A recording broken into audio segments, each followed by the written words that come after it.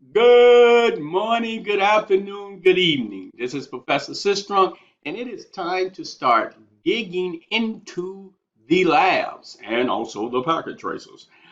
Now, of course, you are moving ahead, but I want to start running through these labs so you give you a chance to go back and revisit some of the labs that you don't think you did as well as you possibly could have with a better understanding. We have had many discussions on how we wanted to proceed with the labs, but now I want just to show you my little flavor to it.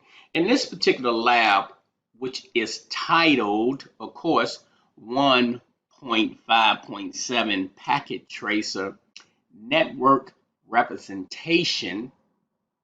This particular lab is to teach you everything you need to know about packet tracers and how to use it and use the devices within here. Now, it's not going to give you everything like I just said. It's just going to give you the scope of how deep you can really learn how to use this particular device to better understand networks. So let's take a deep dive into it and just start breaking down some of the things. Now, I want you to understand all clients have full connectivity to the server. As you can see here, if you look at them, they pretty much are connected to the server. And I have it right here on this screen. One of the things I like to do when I'm working on a lab, I like to either have two monitors or I like to just split it in half so I can see both of the devices. Most of you have learned how to do this and you do it, so that's kudos to you. So I just want you to know this is a better way of representing things, and you're gonna get a chance to see me blow stuff up and shrink stuff down. And when I say blow up, I don't mean literally blow it up. I mean just make it bigger. So now this lab here has a network. This is not a real network. This is just something that's showing you how a network will look. So I don't want you to walk away thinking, oh, this is how everything is really. Networks are truly more complex and complicated networks out there. I mean, and if I can say that again, networks are really, really complicated. But this is a snapshot of what you will have to do. So for the sake of frame diversity, the environment is not entirely realistic, okay? If you think about it, for instance, net and pat overload on both networks. So let's go to the objectives.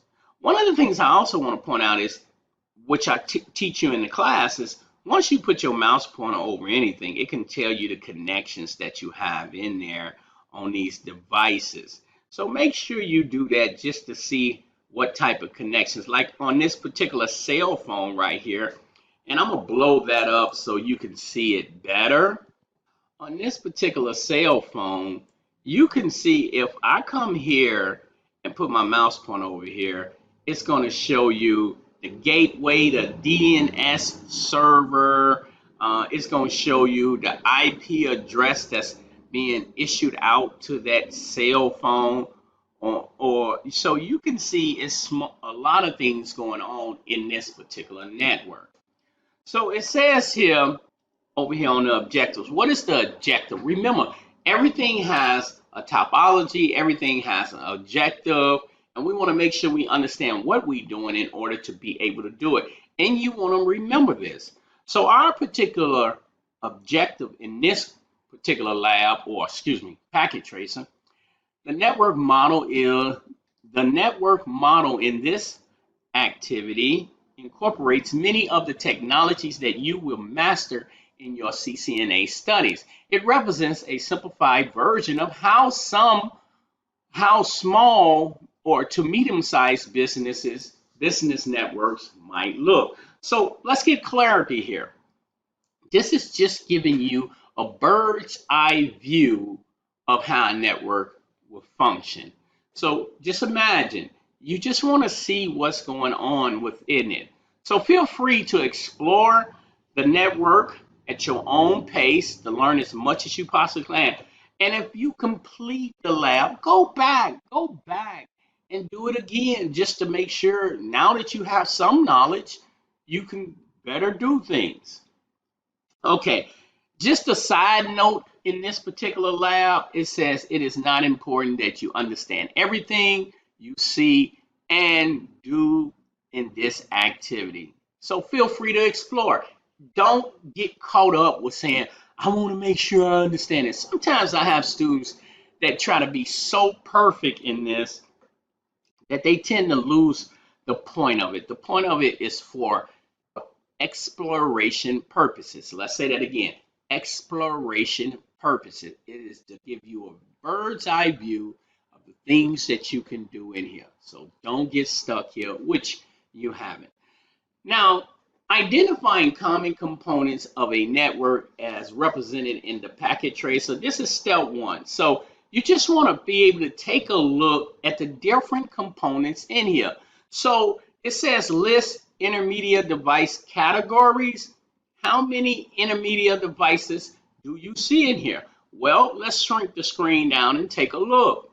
So as you can see right here, you have a plethora of intermediate devices in here. Just take a look at them. So if I wanted to know, I have intermediate devices. I have what? I have routers. I can see 1, 2, 3 routers. I have switches. I have 1, 2, 3, 4, 5 switches. I have modems in there. I have wireless devices in here. I have WANs in here. So you see, you have a multitude of intermediate devices within your network. It's going to be up to you to demonstrate that you have that, okay? Now, also, it wants to know, without entering into the internet cloud or intranet cloud, how many icons in this topology represent endpoint devices. So you should be able to count out how many endpoint devices. Now, I'm only going to count a few of them. And I'm going to leave it up to you, which you already did, to tell me how many actual devices in. You may or may not have done this lab, but if you did, you probably already told me. But if you haven't, how many devices? Now remember, I am talking about the endpoint devices, okay? Okay, so not going into these intermediate or the cloud to count them. How many devices in here? Endpoint devices. Now, I'm not going to tell you the exact number, but let's say I go 1, 2, 3, 4, 5, 6. Okay, that's 6 I counted. I know that it's more than 6 in here. My expectation is that you will tell me the exact number. Okay, let's move forward with that. So you know what endpoint devices are. The next one asks this, without count of, so let's say we here it says we did the intermediate devices, we did the endpoint devices. Now it says here, without counting the 2 clouds, how many icons in the topology reference? Intermediate devices. Now I pretty much already told you that, but I'm not going to tell you the full number of the intermediate devices. What I'm going to do is count a few of them, but you got to tell me exactly how many in there. So if I look at an intermediate device, I go 1, 2, 3, and I'm going to leave it there because I want you to tell me the total number. So find out what an intermediate device is and tell me how many in there. The next one says, how many end devices are not, now remember, how many end devices are not desktop computers? Well, this looks like an end device right here. I'm going to blow that up for you so you can see it. So this looks like an end device to me, but it's not a computer, so I would count that. This looks like an end device to me, and it's not a computer. I count that. Even this looks like an end device, and it's a computer, But the question said this. The question said, how many are not desktops? Okay, so this is a laptop, it's not a desktop. So I can tell you right now, that's one, that's two, that's three.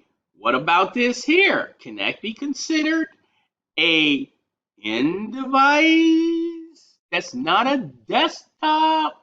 So I'm gonna let you tell me the exact number. I know the exact number, but I want you to do some work. And then the next question in this section, to close out this section, says, how many different types of media connections are used in this network? Now, I can see multiple media connections, and I can come down here and click on the connections to help me out. So I see this connection right here. If I come down here and move it over, that says serial. So I see a serial connection right there. That's one.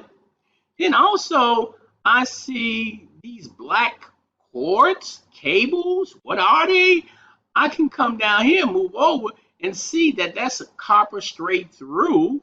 As you can see, represented right down here, copper straight through. And I see them now. Now, I'm going to stop there. I just gave you two of them, but I know it's more. Okay? It's a lot more. So as your professor, I'm expecting you to tell me all of the end devices. Now, there's one in here that will trick you up. So make sure you pay attention to your lessons.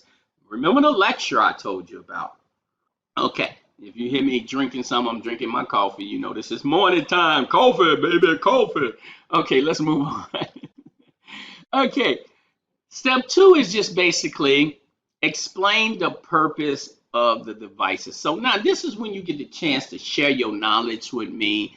This first question says, in Packet Tracer, only the server PT device can act as a server.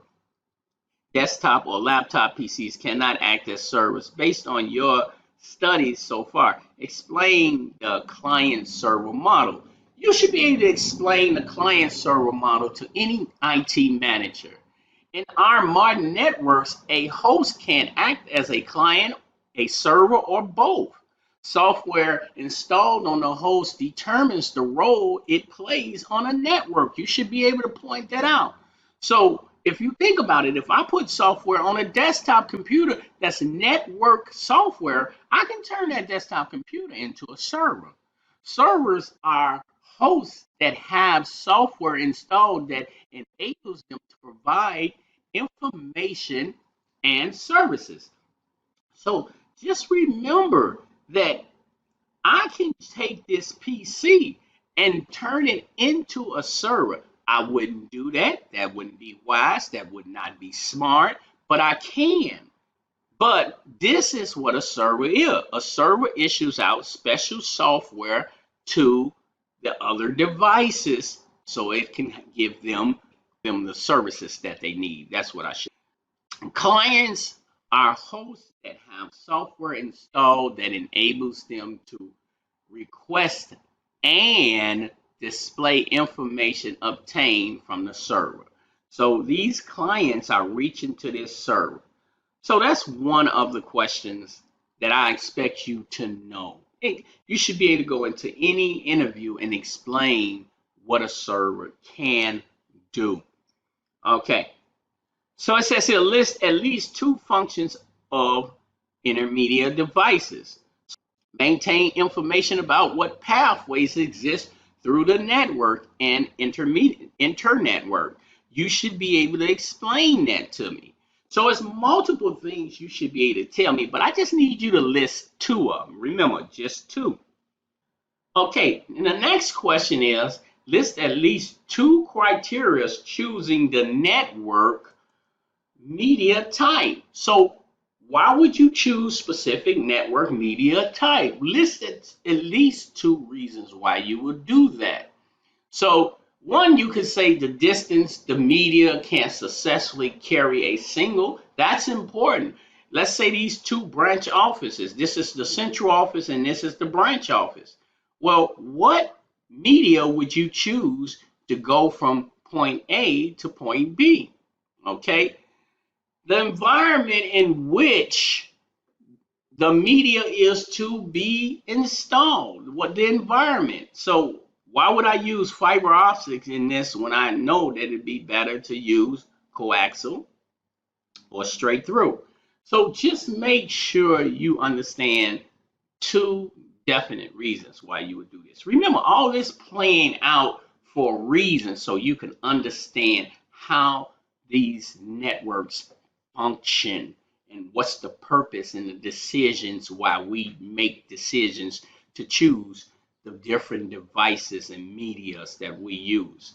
Okay, compare and contrast LANs and WANs. We're going to go to step 3 now. Okay, so the first one said explain the difference between a LAN and a WAN. Give examples. Now you know my model. A WAN is associated to be the router. A LAN is associated to be the switch. That's the first thing should pop up in your mind.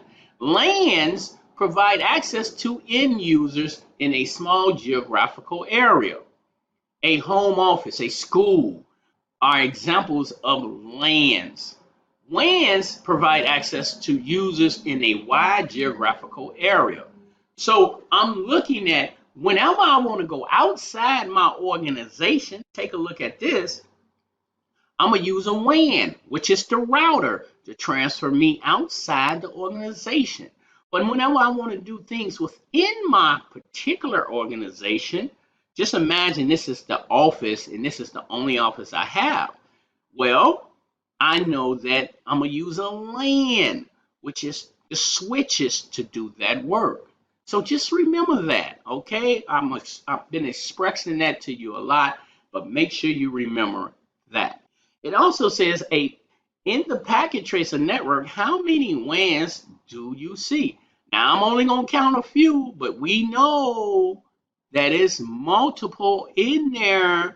So how many WANs do I see?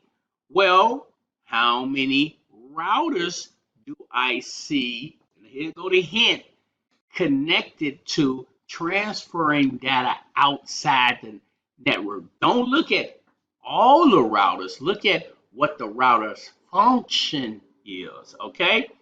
So I can see one right here. I'm not going to tell you anything else, but I can see one right here.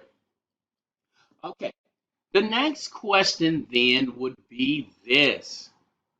How many LANs do you see? Okay, now it's multiple LANs in there, but I'm only going to pick out one. So here go a LAN right here. I'm going to stand here. Here go one LAN right here. But you know it's multiples in there. I'm not going to give you all the answers. People, dig in, get the knowledge, show the professor. Okay, anyway, moving right along. Okay, so as you can see, the next question, which is D, it says the internet in this packet tracer network is only simplified and does not represent the structure of. So this is not a real network. We said that earlier, so let's move on. Briefly describe the internet. So you have the internet right here. You should be able to tell people what the internet is. The internet is mostly used when we need to communicate with a resource on another network. That's what the internet is. It gives us the ability to go outside of our network.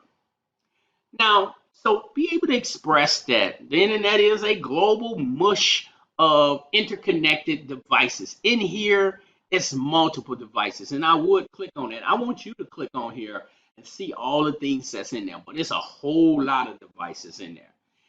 And I'm going to tell you this. There are millions of networks in the internet out there. And that's as far as I'm going to go there. But be able to explain that. What are some of the common ways a home user connects to the internet? What are some of the common ways that a business connects to the internet? You know, and when we come to that question, for a home user, it can be cable, it can be satellite, it can be DSL. It's quite a few things that allow you. Just think about the things you use at home that allows you to connect to a network. And then you got to think of what are some of the common ways that a business connects to a network. Think about that. How do businesses connect to the net? We talked about it in the last class. We talked about the direct lines. We talked about DSL. We talked about satellite, but it's a lot of things out there, and it's some new stuff. Show me the money. Show me the new devices or the new ways that businesses connect to networks. Okay, so you got a brief understanding of this. This was basically easy. Now, I want to point this out to you. Always do the challenge questions in the packet tracer, and always do the reflections in the actual lab. So you got packet tracer, you got labs. One won't reflections, one won't challenge questions. You should not pass this. If I don't see this done, and yes, I'm gonna go back and check your work. As I complete these, I'm gonna go back and check them, and I'm gonna cite you for them, because you should always show that you have the ability to step above the purpose. So always do the challenge questions, always do the reflections. Okay, so in this challenge question, it says here, now that you have had an opportunity to explore the network representation in the packet tracer activity, you may have picked up on a few skills. So you picked up on skills, you have knowledge now. Let's challenge you. Add an end device to, I'm reading here just in case you want to follow me.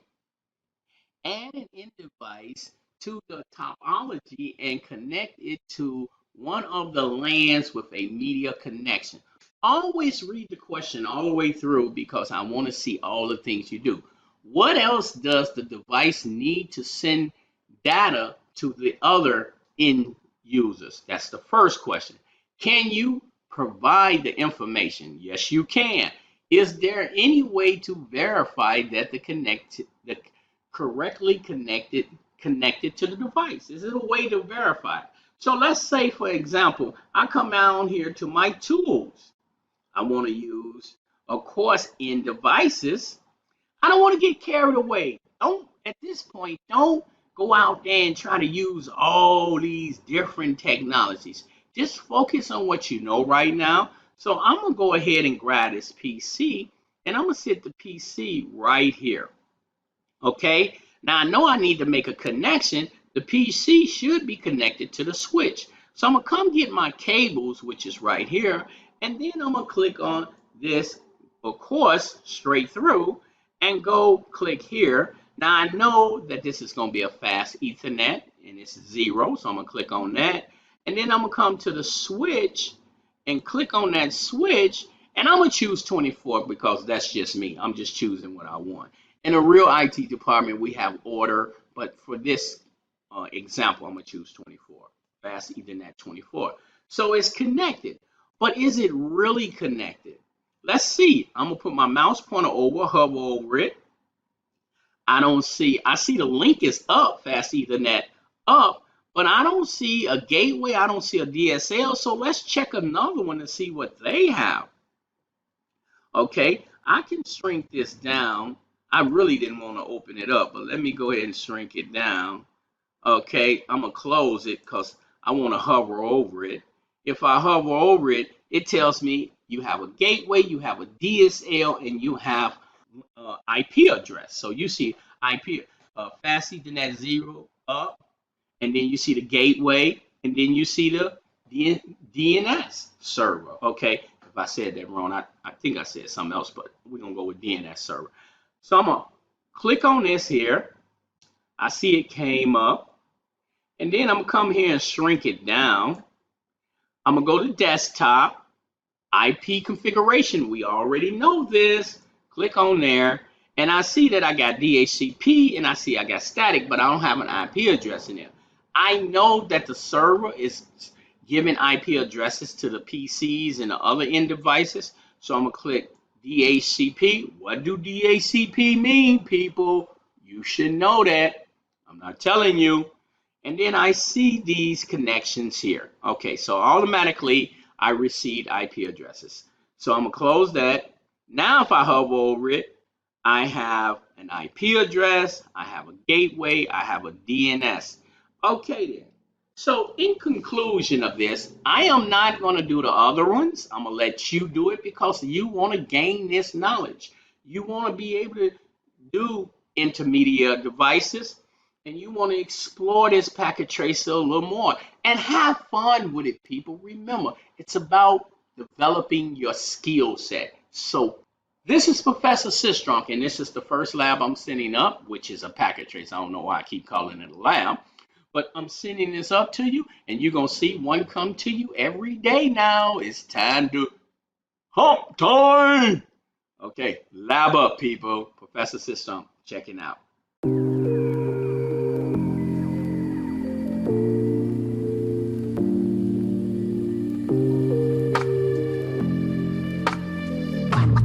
What?